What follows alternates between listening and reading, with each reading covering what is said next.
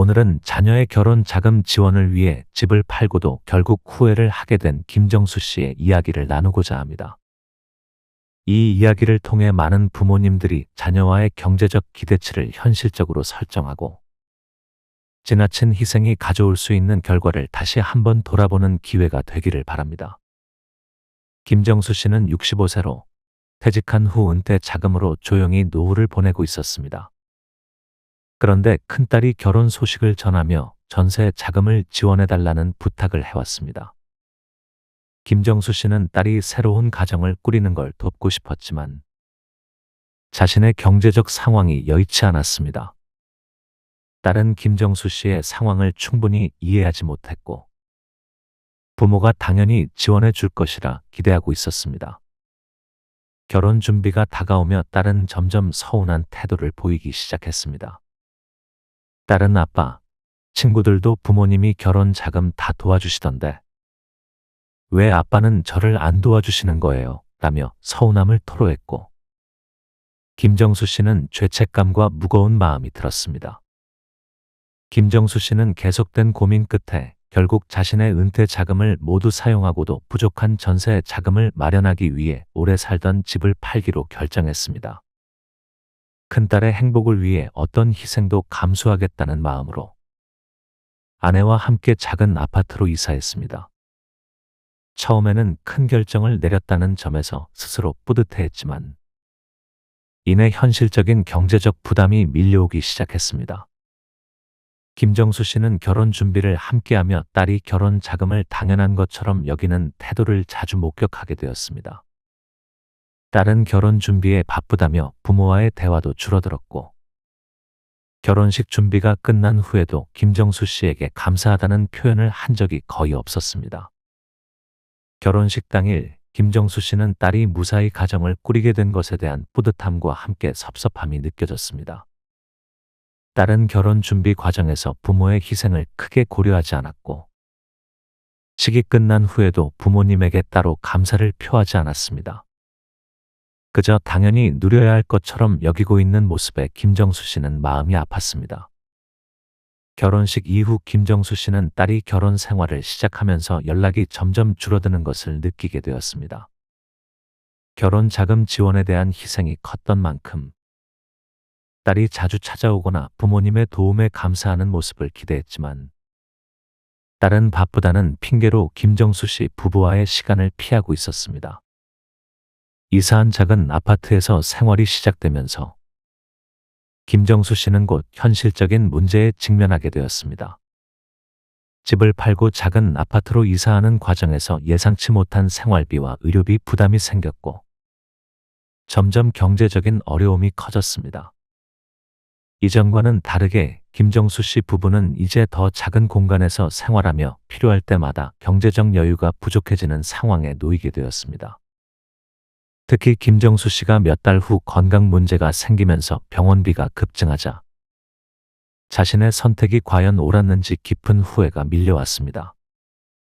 평소에는 무리 없이 감당할 수 있었던 병원비와 치료비가 이제는 부담스럽게 느껴졌고 매번 경제적 어려움을 겪을 때마다 큰딸의 결혼을 위해 집을 팔아 지원해준 결정을 후회하게 되었습니다.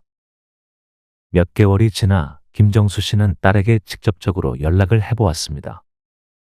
그러나 딸은 아빠, 잘 지내고 계시죠? 라는 간단한 인사말로만 대화를 이어갔고 부모님의 상황에 대한 궁금증이나 염려도 없었습니다. 그리고 다음 대화에서 딸이 예상치 못한 부탁을 하게 되었습니다. 아빠, 나중에 자녀가 생기면 전세금이 또 필요할 것 같은데 그때도 도와주실 수 있을까요? 김정수 씨는 딸의 이 말에 충격을 받았습니다. 딸의 무심함이 그의 마음을 아프게 했습니다.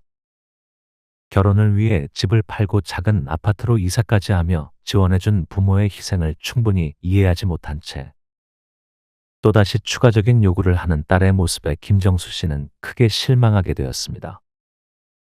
김정수 씨는 자신이 모든 경제적 부담을 감수하고 자녀를 지원한 결정이 오히려 자녀가 스스로의 책임을 인식하지 못하게 했다는 것을 깨닫기 시작했습니다.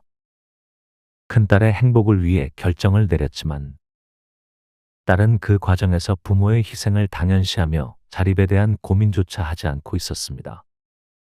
김정수 씨는 이제 자신과 비슷한 고민을 하는 부모들에게 다음과 같은 현실적인 조언을 전하고 싶습니다.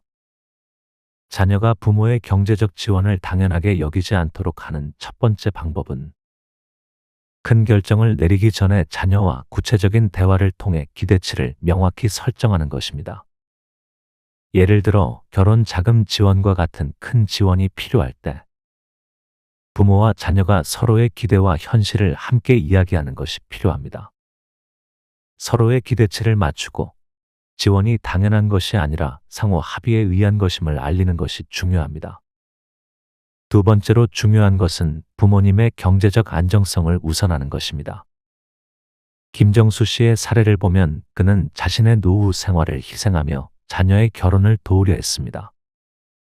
그러나 결국 자신의 안정성을 희생하면서 자녀를 지원하는 방식은 장기적으로 부모와 자녀 모두에게 경제적 부담을 초래할 수 있습니다. 자녀에게 도움을 주더라도 자신의 경제적 안정성을 우선하는 것이 필요하며 이것이 장기적으로 자녀에게도 긍정적인 영향을 줄 수 있습니다.